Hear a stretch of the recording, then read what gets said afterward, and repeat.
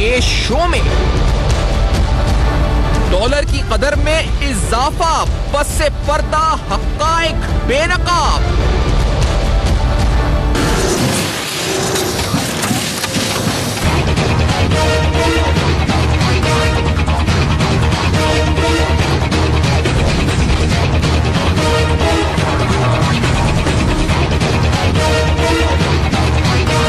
Dollar mafia की मुबैना सरपरस्ती, क्या बासर शख्सियात मुलविस।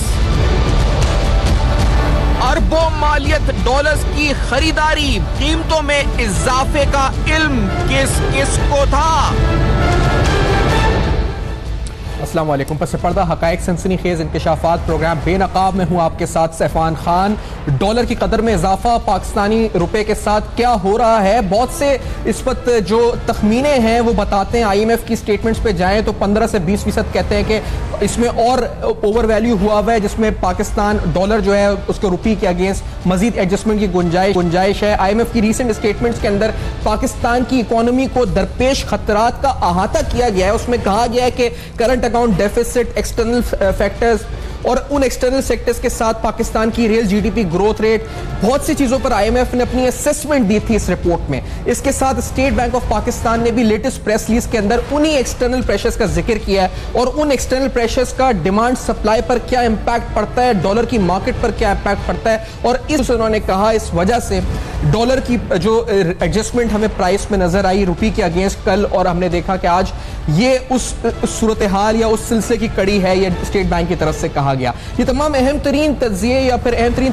तखमीने हैं जिसमें इंडिपेंडेंट ब्रोकरेज हाउसेज अगर उनकी एनालिसिस रिपोर्ट देखें तो वो भी कहते हैं जी कि एडजस्टमेंट होगी और मजीद एडजस्टमेंट की गुंजाइश है। और इसी तरह फॉरेन जो फॉरेक्स डीलर्स हैं उनकी तरफ से भी असेसमेंट की गई कि वी वर एक्सपेक्टिंग दिस, हम ये सोच रहे थे कि ऐसा होगा। और इस्साक डार साहब की जो पॉलिसी थी कि उन्होंने फिक्स रखा हुआ था एक्सचेंज रेट को, तो उनके जाने के बाद ये फैसला हुकूमत बिल आखिर हुकूमत को करना होगा और वो हुकूमत ने किया। और यही हुकूमती वज़रा की स्टेटमेंट भी इसी तरह से आ रही है कि ये तमाम मामला पाकिस्तानी इकोनॉमी को दरपेश चैलेंजेस से मुंसलिक है, बिलखुसूस वो चैलेंजेस जो एक्सटर्नल साइड पे मौजूद हैं। लेकिन इस पूरी सूरत हाल में स्पेकुलेशन भी होती है और स्पेकुलेशन का कितना अंसर है ये भी आज प्रोग्राम में हम बेनकाब करेंगे कि आया ये कुछ लोगों के इल्म में होता है कि डॉलर बढ़ने लगा है, क्या कुछ लोग मैनिपुलेट करते हैं डॉलर की इस वक्त रेट्स के साथ और मैनिपुलेट करके करोड़ों नहीं बल्कि अरबों रुपए कमा लेते हैं एक आध दिन के अंदर। ये बड़ा अहम तरीन सवाल है। दूसरा अहम तरीन सवाल पाकिस्तान की इंडस्ट्रीज पर, एक्सपोर्ट सेक्टर पर इसका क्या इंपैक्ट पड़ेगा। हम एक्सपोर्ट्स वैसे ही हमारे गिर रहे हैं तो किस तरह इंडस्ट्रीज इसको इंटरप्रेट कर रही हैं और फिर कंज्यूमर, आम सारिफ, आम शहरी पर क्या इंपैक्ट होगा। आज के प्रोग्राम में ये भी बेनकाब करेंगे। इन्फ्लेशनरी इंपैक्ट की बात हो रही है तो इन रियल टर्म्स कितना इन्फ्लेशनरी इंपैक्ट और क्या इंपैक्ट होगा, फिर पाकिस्तानी कर्जों पर क्या इंपैक्ट होगा और असेसमेंट्स इस बारे में क्या है। मियां जाहिद हुसैन साहब जो कि सदर है Pakistan businessman and intellectuals forum के, कराची स्टूडियोज में मेरे साथ मौजूद हैं। आप डॉक्टर शहबाज गिल साहब मेरे साथ मौजूद हैं, प्रोफेसर हैं, आप सीनियर तंज़निगार हैं, हमें ज्वाइन कर रहे हैं इस्लामाबाद स्टूडियो से। आपका भी बहुत शुक्रिया, आपने ज्वाइन किया। डॉक्टर सलमान शाह साहब टेलीफोन कॉल पर साथ होंगे, साबिक मुशीर खजाना हैं, फाइनेंस के अहम ओहदों पर मिनिस्ट्री में रहे हैं आप। डॉक्टर शहबाज गिल साहब पहले आपकी तरफ आना चाहूंगा और आपसे पूछना चाहूंगा सर इंपैक्ट क्या है इस पर जिस तरह से डॉलर बढ़ा है और आप इसको किस तरह रीड करते हैं। ये स्पेकुलेटिव है या इन रियल टर्म्स हुकूमत सही कह रही है कि हमने छोड़ दिया इसको एडजस्ट होने के लिए। डॉक्टर साहब जी देखिए, ये इम्पैक्ट रियल टर्म है और अभी ये इम्पैक्ट शुरू हुआ है। ये आने वाले दिनों में ये इम्पैक्ट और ज़्यादा आपको नज़र आएगा। इसकी जो फाइनेंशियल साइड है या इसकी जो इकोनॉमिक टर्म्स हैं और इकोनॉमिक फिगर्स हैं वो मेरा ख्याल डॉक्टर सलमान साहब बेहतर आपको एक्सप्लेन कर सकते हैं। मैं इसकी जो पॉलिटिकल इसकी जो साइड है और इसकी जो सोशल साइड है उसको आपको एक्सप्लेन करता हूँ कि ये बुनियादी तौर पे अगर आप देखें तो ये जो पिछले 5 साल में या 4 साल में जो हमने अपनी गवर्नेंस बेहतर नहीं की और हमने जो लीक हुआ सारा सरमाया जो आया, जो हमने लोन भी लिए IMF से और जो टैक्स टू GDP रेशो है उस पर भी हम कुछ नहीं कर सके। उससे मैं पर्सनली ये समझता हूँ कि डॉलर शायद 125, 122, 125 रुपए तक अगले चंद महीनों में शायद डॉलर जो है वो ट्रेड हो रहा होगा। ये चंद महीने जून से अगस्त के दरमियान मैं कहना चाहूँगा। अब जब डॉलर आप देखिए कि इस टाइम तकरीबन डॉलर पिछले 3-4 महीनों में 10 रुपये ऊपर चला गया है। 10 रुपये ऊपर जाने से आप ये देखिए कि जितनी भी आप इंपोर्ट कर रहे हैं उसकी प्राइसेस में उतने ही % इजाफा हो गया। जब आप इंपोर्ट्स, आपका ऑयल इंपोर्ट होता है, आपकी बहुत सारी दूसरी अद्वियात और दूसरी चीज़ें इंपोर्ट होती हैं, तो आम सारिफ पे उसका जो सारा इम्पैक्ट है वो बहुत डायरेक्ट जाएगा। अभी गवर्नमेंट बिजली महंगी करने का भी सोच रही है, गैस महंगी करने का भी सोच रही है, उससे भी एक आम शहरी पे इम्पैक्ट ज़्यादा होगा। मैंने कल भी एक टीवी चैनल पे ये बात कही कि पाकिस्तान की जो गवर्नमेंट की क्लेम्ड पर कैपिटा अर्निंग है वो तकरीबन $1100 से $1500 के दरमियान है, और अगर हम यूनाइटेड स्टेट्स ऑफ अमेरिका की देखें तो तकरीबन $50,000 सालाना है। लाइक एक तरफ तकरीबन 1 लाख से सवा लाख रुपए लोगों की एवरेज आमदन है पाकिस्तान में, और उधर 50 से 55 लाख रुपए तकरीबन एवरेज इनकम है सालाना लोगों की। लेकिन वहाँ पे एक आम शहरी को जो ब्रेड है वो तकरीबन पाकिस्तानी 70 रुपए की मिल जाती है। अंडों की जो एक दर्जन है वो आपको तकरीबन 70 से 80 रुपए की वहाँ मिल जाती है। दूध जो 4 लीटर है वहाँ पे वो तकरीबन 200 रुपए का मिल जाता है, और यहाँ पे आप देखिए 4 लीटर आपको 200 का नहीं मिलेगा, और मैं अच्छी क्वालिटी का पैक्ड अच्छी जगह से आपको मिल्क की बात कर रहा हूँ। गाड़ियों की आप बात कर लें तो यहाँ पे जब मैं आता हूँ सुनने में मिलता है कि आपको जो गाड़ियाँ हैं वो लोगों को 25-30 लाख रुपए पहले देने पड़ते हैं और 1 साल तक इंतज़ार करना पड़ता है, और फिर जाके और अगर उन्होंने लोन लेना है तो अमेरिका में वो 2 से 3% पे उनको लोन मिलता है, और यहाँ पे वो लोन जो है वो 10 से 20% पे चला जाता है। तो जो आम सारिफ है उस पर इसकी बहुत गहरे असरात होंगे, और जब इस पे गहरे असरात होंगे तो हम ऑलरेडी रिसर्च हमें शो करती है कि पावर्टी और टेररिज्म, पावर्टी और क्राइम का बहुत गहरा असर है। जैसा कि अरस्तू ने कहा था कि गुर्बत जो है वो तमाम जो भी जुर्म है उनकी माँ है। जब लोगों के पास अफरात-ए-ज़र बढ़ेगा, इन्फ्लेशन बढ़ेगी, जब लोगों की कैपेसिटी में चीज़ें नहीं रह जाएंगी तो उससे करप्शन या दूसरे जितने भी अनफेयर मीन्स हैं to earn and fulfil their needs, वो दौड़ या वो एक सिचुएशन जो है हमारे सामने बहुत सारे कंट्रीज की एग्जांपल है। आपने जो शुरू में कहा है कि it is because of governance, आप समझते हैं कि जो पिछले कुछ साल में हमने देखी है इस दौरे हुकूमत में, तो ये एक बहुत बड़ा फैक्टर है नहीं, और आप इसको कोरिलेट कर रहे हैं जो मौजूदा मूवमेंट्स हैं डॉलर के अंदर उससे भी, और इकोनॉमी के जो फंडामेंटल हमें इकोनॉमिक स्टैटिस्टिक्स नजर आ रहे हैं उनसे भी, मेनली गवर्नेंस है वो फैक्टर। जी बिल्कुल, जी बिल्कुल। देखिए हमारी प्रायोरिटीज़ बहुत फ़र्क हैं। अगर आपने किसी भी कंट्री ने अपने मौजूदा हालात में अगर कोई चेंज लानी है तो आपको ऐसे प्रोजेक्ट्स पे इन्वेस्ट करना पड़ता है जो लॉन्ग टर्म में आपको सपोर्ट करते हैं। फॉर एग्जांपल आप ह्यूमन डेवलपमेंट पे को पैसा लगाते हैं। बहुत सारे पाकिस्तानी तकरीबन साल में 50 से 55 दिन तो बीमार रहते हैं, जिसकी वजह से आपकी इकॉनमी पे बहुत गहरा असर पड़ता है। अक्सर औकात जब हम बात करते हैं लोग ये समझते हैं कि जी ये तनकीद बराए तनकीद है, कोई बात हो निकाल के आप गवर्नर्स और पॉलिटिशियंस पे ले आते हैं। भाई ये चीज लिंक्ड है। जैसा कि अगर लोग बीमार रहेंगे तो वो काम कैसे करेंगे, जब वो काम आपकी प्रोडक्टिविटी कम होगी तो आपकी कॉस्ट बढ़ जाएगी, कॉस्ट बढ़ जाएगी तो आपकी एक्सपोर्ट्स जो हैं वो उतना कंपीट नहीं कर सकेंगी इंटरनेशनल मार्केट्स में, कंपीट नहीं कर सकेंगी तो आपके एक्सपोर्ट ऑर्डर्स ड्रॉप होंगे, वो होंगे तो आपके करंट अकाउंट का डेफिसिट जो है वो इंक्रीज कर जाएगा। हम ऑलरेडी ऑलमोस्ट $8 बिलियन पे बैठे हुए हैं उस डेफिसिट पे। अब जो आम शहरी है वो ये अंडरस्टैंड नहीं करता कि जब तक आप हेल्थ के ऊपर इन्वेस्ट नहीं करेंगे, एजुकेशन के ऊपर आप इन्वेस्ट नहीं करेंगे लॉन्ग रन में, तो आप किसी सूरत भी एक कंपैरेटिव वर्कफोर्स क्रिएट नहीं कर सकते अपने मुल्क में, एक ऐसा कंड्यूसिव एनवायरनमेंट क्रिएट नहीं कर सकते जिसमें लोग फले फूलें या ऐसे तरीके से काम करें जिससे आपकी ओवरऑल प्रोडक्टिविटी ज्यादा हो। बात की डॉक्टर साहब, मैं मियां जाहिद हुसैन साहब आपसे पूछना चाहूंगा क्योंकि इस बात पर कि आम आदमी पे क्या फर्क पड़ेगा बड़ी रोशनी डाली है डिटेल के अंदर डॉक्टर साहब ने। आपकी नजर में, क्योंकि आप इंडस्ट्रियलिस्ट हैं, एक बिजनेसमैन हैं, आप रिप्रेजेंट कर रहे हैं इस फोरम को, क्या इंपैक्ट है एक्सपोर्ट्स के ऊपर?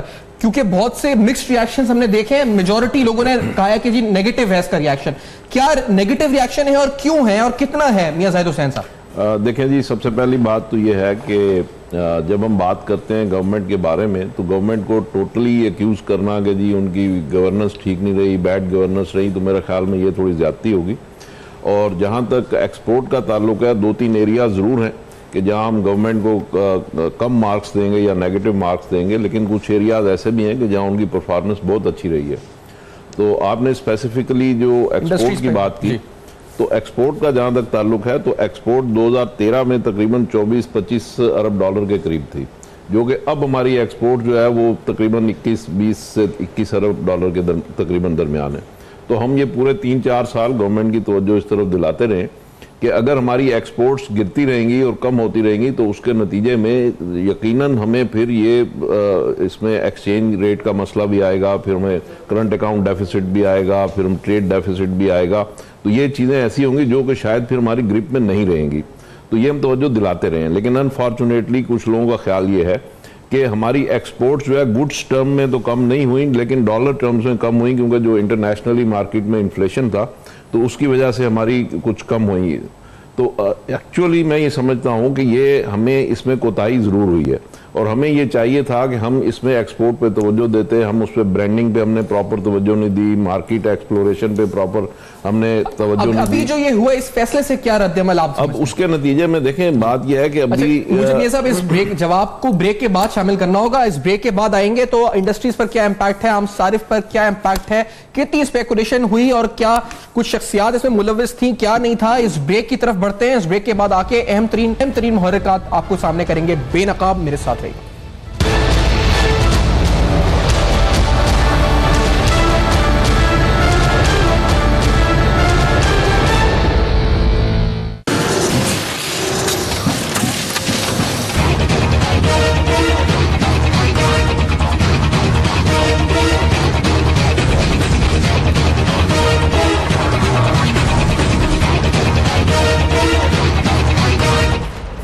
Welcome back. आप देख रहे हैं बेनकाब। अहम तरीन सवालात उठा रहे हैं कि आखिरकार डॉलर और रुपये के साथ जो इस पर चल रहा है एक्सचेंज रेट्स में, इसके पीछे अवामिल, इसके पीछे मुहर्रिकात क्या हैं, उन तक पहुंचने की कोशिश कर रहे हैं। अपोजिशन की तरफ से तनकीद तो हुकूमत पर बनती है और हमने देखा है कि गवर्नेंस को लेकर, सियासत को लेकर, बिलखुसूस साबिक वजीर खजाना इसहाक डार साहब की पॉलिसीज को लेकर कि उनका कहा जाता था कि एक्सचेंज रेट को फिक्स रखना उन्हीं की पॉलिसी थी जिस पर हुकूमत जो थी मुसलसल अमल पैरा थी।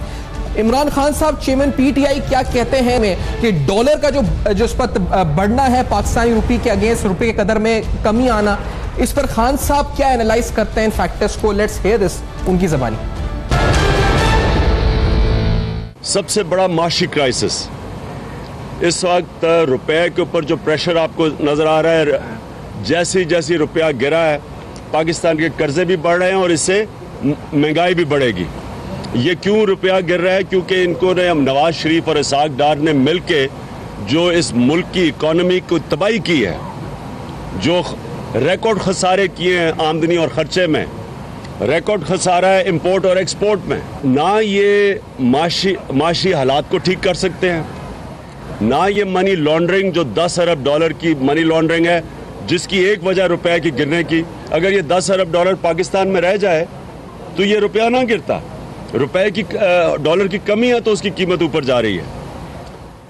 तो ये जो माशी हालात हैं ये बिगड़ रहे हैं, बिगड़ेंगे, इनके पास कोई जवाब नहीं है इसके। ये आपने सुना खान साहब की ज़बानी। स्पेकुलेशन की बात हो रही है तो बहुत सी खबरें इस पर उठती हैं और इनकी तस्दीकियत नहीं है। ज़ाहिर साहब आपसे पूछना चाहूंगा कि ये स्पेकुलेटिव है क्या है, क्योंकि ये भी हमने सुना है कि सिर्फ एक दिन के अंदर कल तकरीबन 80 अरब रुपए कुछ शख्सियात ने बना लिए, कुछ उसमें साबिक बैंकर्स, कुछ कॉर्पोरेट सेक्टर, कुछ कारोबारी शख्सियात और लाजमी तौर पर उस गठजोड़ में कुछ सियासी शख्सियात शामिल थी। सिर्फ मैं ये नहीं कि मैं आपसे तो नहीं पूछ सकता कि ये हुआ है या नहीं हुआ है, लेकिन क्या ये होता है मियां साहब? ये इस तरह से भी स्पेकुलेशन होती है ये सारा और पैसा बनाया जाता है इस दिन? देखिए पाकिस्तान में ये चीज़ें कोई नामुमकिन नहीं होती और स्पेकुलेशन के लिए ये कोई रॉकेट साइंस नहीं है। इसके लिए आपको कोई अरस्तू या बहुत ज़्यादा कोई अफलातून होने की ज़रूरत नहीं है। सिंपल सी बात है कि मार्केट में आप देख रहे हैं कि आपकी ट्रेड डेफिसिट है, आपका फिस्कल डेफिसिट है, आपका करंट अकाउंट डेफिसिट है, आपको रुपए की ज़रूरत, आपको डॉलर की ज़रूरत पड़नी है, आपने डेट सर्विसिंग करनी है, तो इसके लिए आपको डॉलर की ज़रूरत पड़ेगी और उसके लिए डॉलर महंगा होगा। और ये स्पेकुलेशन कह लें या जो भी फोरकास्ट कह लें, ये पिछले काफ़ी अरसे से चल रही है और एक्सपोर्टर्स हमारे जो हैं वो काफ़ी अरसे से ये मुतालबा कर रहे थे कि आप रुपए को डीवैल्यू करें ताकि उनकी एक्सपोर्ट्स बढ़ें। ये एक अलग चीज़ है कि अगर वो मुतालबा उनका सही था या गलत था, लेकिन ये मुतालबा था और हुकूमत उसको रजिस्ट कर रही थी। अब बात यह है कि उसके नतीजे में ये तो बढ़ना ही था आपका डॉलर, ये सबको पता था और उसकी वजह से अगर कुछ लोगों ने डॉलर को जो है अगर अपना होल्ड किया है तो यकीनन वो उसमें फायदे में रहे होंगे। तकरीबन कि अब इसहाकदार चले गए और फैसला करने की ताकत किसी और के पास आ गई है तो ये हो जाएगा, लोगों को पहले से पता था, आप असेसमेंट ज़हनी तौर पे लोग तैयार थे? देखिए, एक तो लोगों को पता भी था और दूसरे हम उस वर्ज पे आ गए हैं कि जहां अब आपको कोई ना कोई डिसीजन लेना था। अब उस डिसीजन को आप पेंडिंग नहीं कर सकते थे, इसलिए कि हालात की खराबी इस सतह तक पहुंच चुकी है। हालात की खराबी आप इसलिए कह रहे हैं कि हमें IMF के पास जाने लगना था कुछ दिनों में, या आप हमारे रिजर्व जो गिर रहे हैं जिस तरह से, उस वजह से आप कह रहे हैं कि हमारे रिजर्व गिर रहे हैं? हमारी जो टोटल इंपोर्ट्स हैं वो इंपोर्ट्स हमारी इस साल तकरीबन 60 अरब डॉलर तक जाएंगी, जो कि पिछली पहले जो थी तारीखी तौर पे तकरीबन 40 अरब डॉलर की होती थी। अगर हमारी इंपोर्ट्स जो हैं 40 अरब की होती थी तो हमारी एक्सपोर्ट्स जो हैं तकरीबन 24-25 अरब डॉलर की होती थी। तो हमारा जो डेफिसिट होता था, ट्रेड डेफिसिट, वो तकरीबन 15 से 20 अरब डॉलर का होता था, जो कि अब बढ़ के आपका तकरीबन 40 अरब डॉलर पे होने जा रहा है। तो ये सारी चीजें जो है, ये रॉकेट साइंस नहीं है, ये नजर आ रहा था, दीवार पे लिखा हुआ है, तो कोई फायदा पता चल रहा था। इसका एक ही हल था कि आप अपनी एक्सपोर्ट्स को बढ़ाते, जो कि आप एक्सपोर्ट्स बढ़ाने में बिल्कुल नाकाम रहे। दूसरी बात यह कि आपकी जो पब्लिक सेक्टर ऑर्गेनाइजेशन है, जिसमें PIA है, स्टील मिल है, इनका खसारा जो है आखिरी हदों को छू रहा है। इसी तरीके से मैं डॉक्टर सलमान शाह साहब को भी इसी पॉइंट पर, मियां साहब अगर आप इजाजत दें तो, डॉक्टर सलमान शाह साहब आपके नजदीक, क्योंकि ये भी हमने सुना कि पाकिस्तान के कर्जों पर तकरीबन 80 से 90 अरब का फर्क पड़ा है, जो हमने एक्सचेंज रेट में फ्लक्चुएशंस देखी हैं पिछले कुछ टाइम, 1-2 दिनों में। तो आपकी नजर में कितना फर्क कर्जों पर पड़ा है सलमान शाह साहब, एक्सटर्नल डेट के ऊपर पड़ा है, जिसके बारे में ऑलरेडी IMF कह रहा था कि 103 अरब डॉलर तक पहुंच जाएंगे जून 2019 तक? सलमान शाह साहब देखिए, 10 रुपए का जो फर्क है उसको आप कह सकते हैं कि 990 अरब रुपए का आपका डेट सर्विसिंग बढ़ गई है, यहाँ डेट लायबिलिटीज बढ़ गई हैं। लेकिन आई थिंक कि उसके सबसे इम्पोर्टेंट चीज तो ये है कि ये कोई ऐसी चीज है जो कि हुकूमत के कंट्रोल में नहीं है, क्योंकि अब आपके जो हुकूमत के पास कंट्रोल है ना, वो आपके रिजर्व्स का होता है। रिजर्व्स अब आपकी 2 महीने की इंपोर्ट्स के बराबर हैं, और ये बहुत खतरनाक लेवल है 2 महीने की इंपोर्ट्स।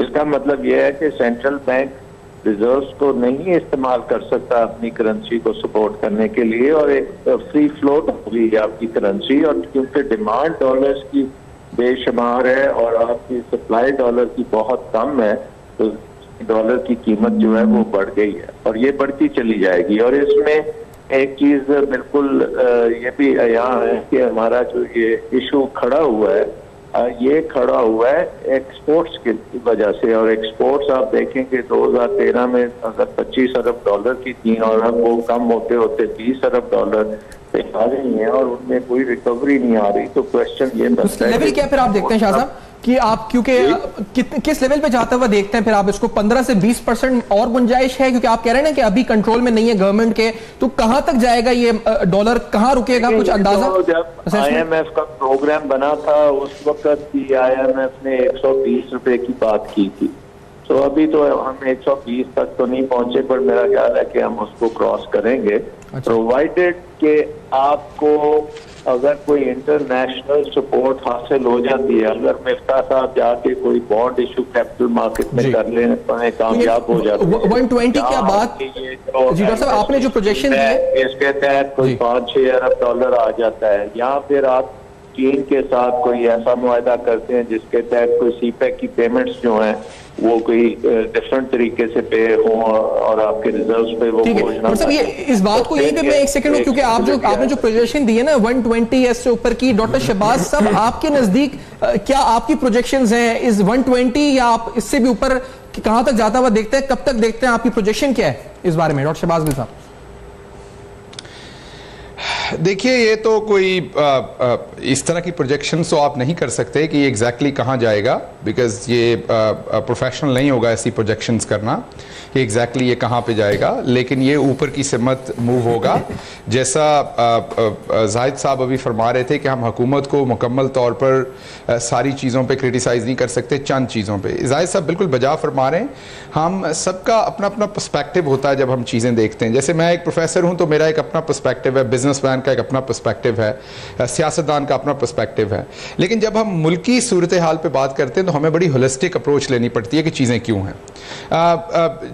जाहिद साहब फरमा रहे थे कि हमें एक्सपोर्ट्स बढ़ानी चाहिए थी और हमारी ये प्रॉब्लम हुई जिसकी वजह से ये सब कुछ हुआ। गवर्नमेंट पे सारी तनकीद नहीं करनी चाहिए। डॉक्टर शहबाज साहब एक ब्रेक का कहा जा रहा है, मैं यहीं से कनेक्ट करूंगा, इस बात कंप्लीट कर रहे थे और इस बात को कंटिन्यू करते हैं कि गवर्नमेंट कितनी रिस्पॉन्सिबल है और नहीं, और ये सवाल फिर इनके सामने भी कि क्या स्पेकुलेशन हुई है, कुछ शख्सियात ने फायदा उठाया है इस पूरे मामले से 80 अरब का, जो खबरें हैं इस पर क्या तस्दीक की हो सकती है तो नहीं हो सकती, लेकिन क्या ये होता है इस ऐसे मामलात में? इस ब्रेक के बाद करेंगे बेनकाब, मेरे साथ।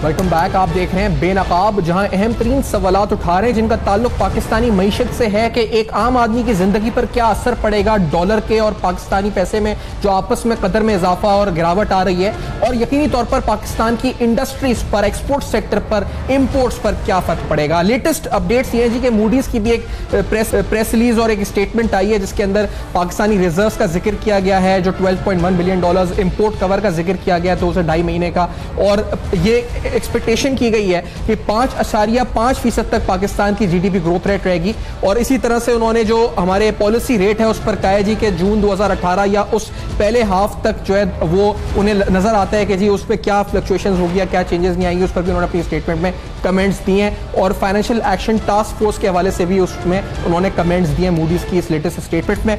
डॉक्टर शहबाज गिल साहब, आप कंटिन्यू कर रहे थे, आप बात कर रहे थे और मैं चाहूंगा आप कंटिन्यू करें, जो इसका ताल्लुक किस चीज से, हुकूमत की गवर्नेंस से रखे, आप इस पर वजाहत कर रहे थे।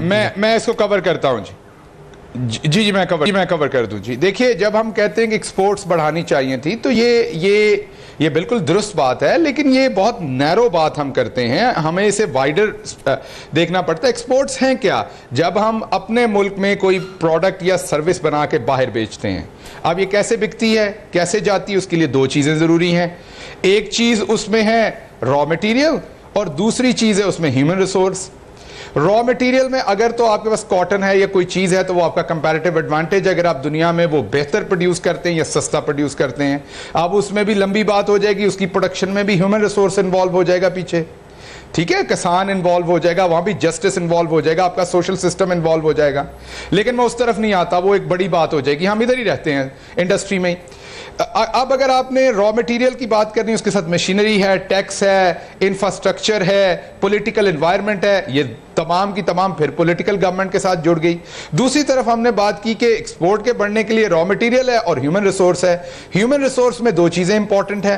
सबसे पहले कि क्या हेल्दी ह्यूमन रिसोर्स मौजूद है, वो हफ्ते के 40 घंटे काम कर सकते हैं, वो महीने के 22-24 दिन सेहतमंद तरीके से काम कर सकते हैं। उसके लिए आपके यहां ऐसे लोग जिनको पूरी तवानाई वाली ग़िज़ा बचपन से बड़े होने तक मिली, जिनकी बॉडीज में न्यूट्रिशन वैल्यूज पूरी हैं, वो वर्कफोर्स आपको चाहिए, नंबर 1। नंबर 2, आपको हेल्दी वर्कफोर्स चाहिए जो तंदुरुस्त हो। उसके लिए आपको हेल्थ पॉलिसी बनानी पड़ेगी। आपको $1.6 बिलियन की आपको एक ऑरेंज ट्रेन एक शहर में नहीं बनानी पड़ेगी। आपके तकरीबन आई थिंक, अगर मैं गलत नहीं हूं तो 36 डिवीजन हैं या डिस्ट्रिक्ट्स हैं अगर मैं पंजाब में। ये 1.6 से आप तकरीबन 41 state of the art hospital बना सकते थे, कोई 50 यूनिवर्सिटीज बना सकते थे। ये यूनिवर्सिटीज और हॉस्पिटल आपको क्यों चाहिए? एक तरफ आपने आपकी जो वर्कफोर्स है वो हेल्दी होनी चाहिए, दूसरी तरफ स्किल्ड होनी चाहिए। स्किल्ड वो कब होगी? जब वो एजुकेटेड होगी और उनके पास टेक्निकल स्किल्स होंगी। इसके बगैर तो एक्सपोर्ट नहीं बढ़ सकती ना। अब एजुकेशन पे भी इन्वेस्ट आपके पॉलिटिशियंस ने करना है, हेल्थ पे भी आपके इन्वेस्टमेंट आपके पॉलिटिशियंस ने करनी है, और जो दूसरी तरफ मशीनरी, टैक्सेशन, आपने बड़ा वाज़ेह मेरी बात सुन लीजिएगा, मुझे कंप्लीट कर लें। अच्छा, फरमा दें जी, मुझे ये पॉइंट सिर्फ एक सेकंड के लिए कंप्लीट कर लें। और दूसरी तरफ आपकी मशीनरी, टैक्स, एनवायरनमेंट और सब कुछ, ये कॉलोनियल इरा का हमारा प्रॉब्लम है कि हम समझते हैं नैरो माइंडेड होके कि चीजें इंप्रूव हो जाएंगी। देखिए, हर चीज जाके पीछे जुड़ती है आपके सोशल जस्टिस के साथ, वैल्यू लेवल प्लेइंग फील्ड्स के साथ, और आपका जो एक बेहतर गवर्नेंस सिस्टम है, ना आपकी एक्सपोर्ट्स बेहतर हो सकती, ना आपकी हेल्थ बेहतर हो सकती है, ना आप अच्छा सांस ले सकते हैं, ना अच्छा पानी पी सकते हैं। डॉक्टर साहब, मैं ये चीज आपसे पूछना चाह रहा हूं क्योंकि मैंने अभी मियां साहब के सामने सवाल रखा था, मियां जाहिद साहब के सामने, कि ये जो अगर ऐसा हो, जैसे जिस तरह की हमने खबरें सुनी है, देखी है, और ऐसा होता भी है इस मुल्क में कि लोग इस स्पेकुलेशन से फायदा उठाते हैं जिनको इंफॉर्मेशन होती है। अब ये असेसमेंट के इस दफा ये होगा, रुपए में गिरावट आएगी, इसके जरिए कितने लोगों ने कितने अरब रुपए, 80 अरब की एक फिगर आ रही है सामने के बनाए सिर्फ एक दिन की गिरावट और इस मामले से।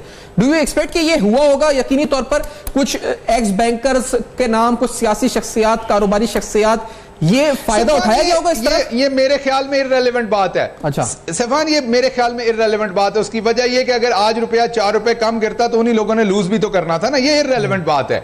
ये अगेन हम कॉन्स्पिरेसी थ्योरीज में जाते हैं। जो बंदा बिजनेस कर रहा है, अगर रुपया ऊपर जाएगा तो वो बनाएगा कई दफा और कई दफा लूज करेगा। ये इंपॉर्टेंट बात नहीं है एक कौम के लिए कि एक बंदे ने 4 अरब बना लिया, 80 अरब बना लिया। वो तो फ्री मार्केट है, जिसके पास डॉलर पड़ा होगा वो आज पैसा बना लेगा, जो डॉलर बेच चुका होगा वो लूज कर देगा। अगर मियां साहब ने एक्सपोर्ट की थी और उसका बिल चंद दिन पहले आ गया और उन्होंने पाकिस्तानी रुपये में कन्वर्ट कर लिया तो ये लूज कर गए पैसे। दूसरा बिजनेसमैन है वो शायद गेन कर ले। अगर उसकी पेमेंट 4 दिन लेट हो जाए, हालांकि वो बड़ा उस टाइम गुस्से में होगा मेरी पेमेंट क्यों लेट हुई है, तो ब्लेसिंग इन डिस्गाइज हो सकती है। तो बात ये नहीं, हमारे लिए इंपॉर्टेंट बात, मुद्दे की बात, ये आपका बड़ा वैल्यूएबल एयर टाइम है इस टाइम, प्राइम टाइम में हम बात कर रहे हैं। मुद्दे की बात यह है कि किसी चीज को भी आप उठा लीजिए। आपके यहां हर साल 40,000 औरतें कैंसर से मरती हैं। आपके यहां 3.5 लाख लोगों को स्ट्रोक होते हैं।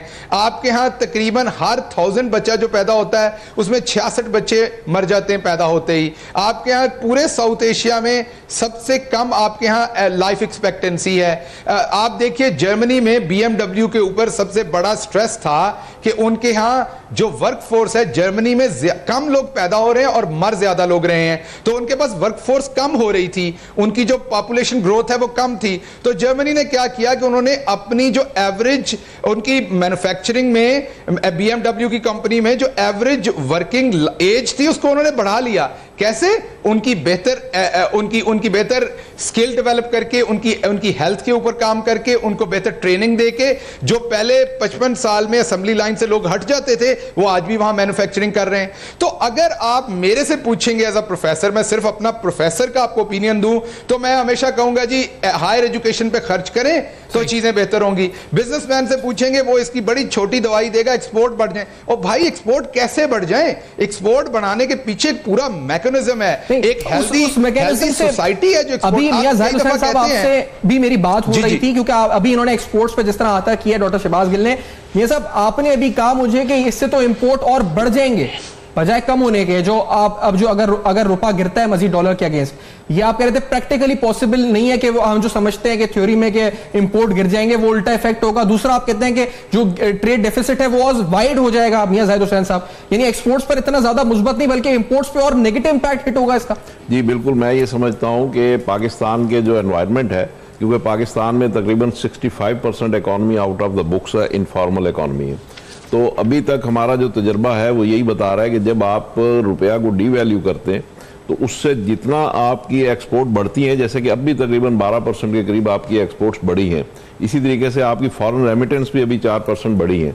लेकिन जितना आपका ये एक्सपोर्ट बढ़ेगी, आपका इंपोर्ट बिल जो है वो उससे ज़्यादा बढ़ जाएगा। इसलिए कि आमतौर पर जो बुकिश बातें हैं वो तो ये हैं कि आपकी इंपोर्ट कम हो जाएगी महंगी होने की वजह से, लेकिन नॉर्मली पाकिस्तान में ऐसा होता नहीं। इसलिए कि पाकिस्तान में आपकी जो 25% बिल है वो सारा पेट्रोलियम की इंपोर्ट है, फिर आप गैस की इंपोर्ट करते हैं, फिर आप अपना रॉ मटेरियल इंपोर्ट करते हैं, फिर आप मशीनरी इंपोर्ट करते हैं। अभी आपने 620 आइटम्स के ऊपर रेगुलेटरी ड्यूटी लगाई थी इंपोर्ट को कम करने के लिए, लेकिन वो काउंटर प्रोडक्टिव हुई, तो उसका कोई फायदा नहीं हुआ। तो बात यह है कि ये सारी चीजें जो हैं पाकिस्तान में जब आप इसको बुक अप्लाई करते हैं वो सारी चीज़ें उस तरीके से चलती नहीं है। पाकिस्तान का एक स्पेशल एनवायरनमेंट है, वो कहते हैं कि मगज़ को बाग में जाने ना दो, ना हक खून होगा परवाने का। कि अब आप शहद की मक्खी को बाग में जाने देंगे, फिर वो फूल पे बैठेगी, फिर वो शहद बनाएगी, फिर उससे मोम बनेगी, फिर मोमबत्ती जलेगी, फिर उस पर परवाना आएगा। तो मतलब इतनी लंबी बात करने की बजाय ये सारी ठीक है, बुकिश बातें हैं, थ्योरी है, सारी बातें ठीक है, लेकिन बात यह है कि जब हम एक्सपोर्ट की बात करते हैं तो एक्सपोर्ट के लिए आपको सिंपली स्पीकिंग आपको क्या करना है, उसके लिए आपको उसकी मार्केटिंग करनी है, उसके लिए प्राइसिंग करनी है, उसके लिए पैकेजिंग करनी है, कॉस्ट ऑफ डूइंग बिजनेस को गवर्नेंस से ताल्लुक हो जाता है ना, मार्केटिंग कैसे करेंगे? वो चीजें ठीक है। साहब ये बताइए, आप मार्केटिंग कैसे करेंगे अगर आपका किसान अच्छी कॉटन नहीं बना रहा, अगर आपकी कॉटन कंपैरेटिव नहीं है, कंपैरेटिव प्राइस पे आपकी कॉटन नहीं है। मैं आपकी इतला के लिए जाहिर साहब बता दूं कि मैंने सप्लाई चेन की बातें हैं, आप ठीक कर रहे हैं और मैं टेक्सटाइल का काम करता रहा हूं। मुझे बताइए अगर आपकी कंपैरेटिवनेस नहीं, मक्खी नहीं है तो शायद कैसे बनाएंगे? नहीं, आप देखेंगे आप कहां से बात को शुरू करेंगे, लेकिन अगर मक्खी मौजूद नहीं है तो शायद कैसे बनाएंगे? डॉक्टर साहब आप बात को कहां से शुरू करेंगे? डॉक्टर साहब आप बात को कहां से शुरू करेंगे ये भी आपको देखना होगा ना। जब हम बात कर रहे होते हैं एक्सपोर्ट की, तो अगर हम टू द पॉइंट बात कर रहे होंगे एक्सपोर्ट के रेफरेंस से जो उसकी चीजें हैं, तो मेरा ख्याल है बात आसानी से समझ आ जाएगी। तो मैं आपके पॉइंट ऑफ व्यू दोनों आए हैं, लेकिन I have to wind it up over here. आप दोनों का बहुत शुक्रिया अदा करते हैं। मियां जाहिद हुसैन साहब, doctor Salman Shah briefly join किया और शहबाज गिल साहब साथ मौजूद थे। अहम तरीन मामलात पर, डॉलर की फ्लक्चुएशंस पर, पाकिस्तान की मईशत असेसमेंट्स क्या है, मुस्तकबिल क्या, IMF क्या कहता है, स्टेट बैंक क्या कहता है, मूडीज क्या कहता है, असेसमेंट इंटरनली एक्सटर्नली क्या कहा जा रहा है डॉलर के बारे में। आज बेनकाब क्या देखते रहेगा। अब तक अपना बहुत ख्याल रखिएगा। For feedback Facebook, email and Twitter.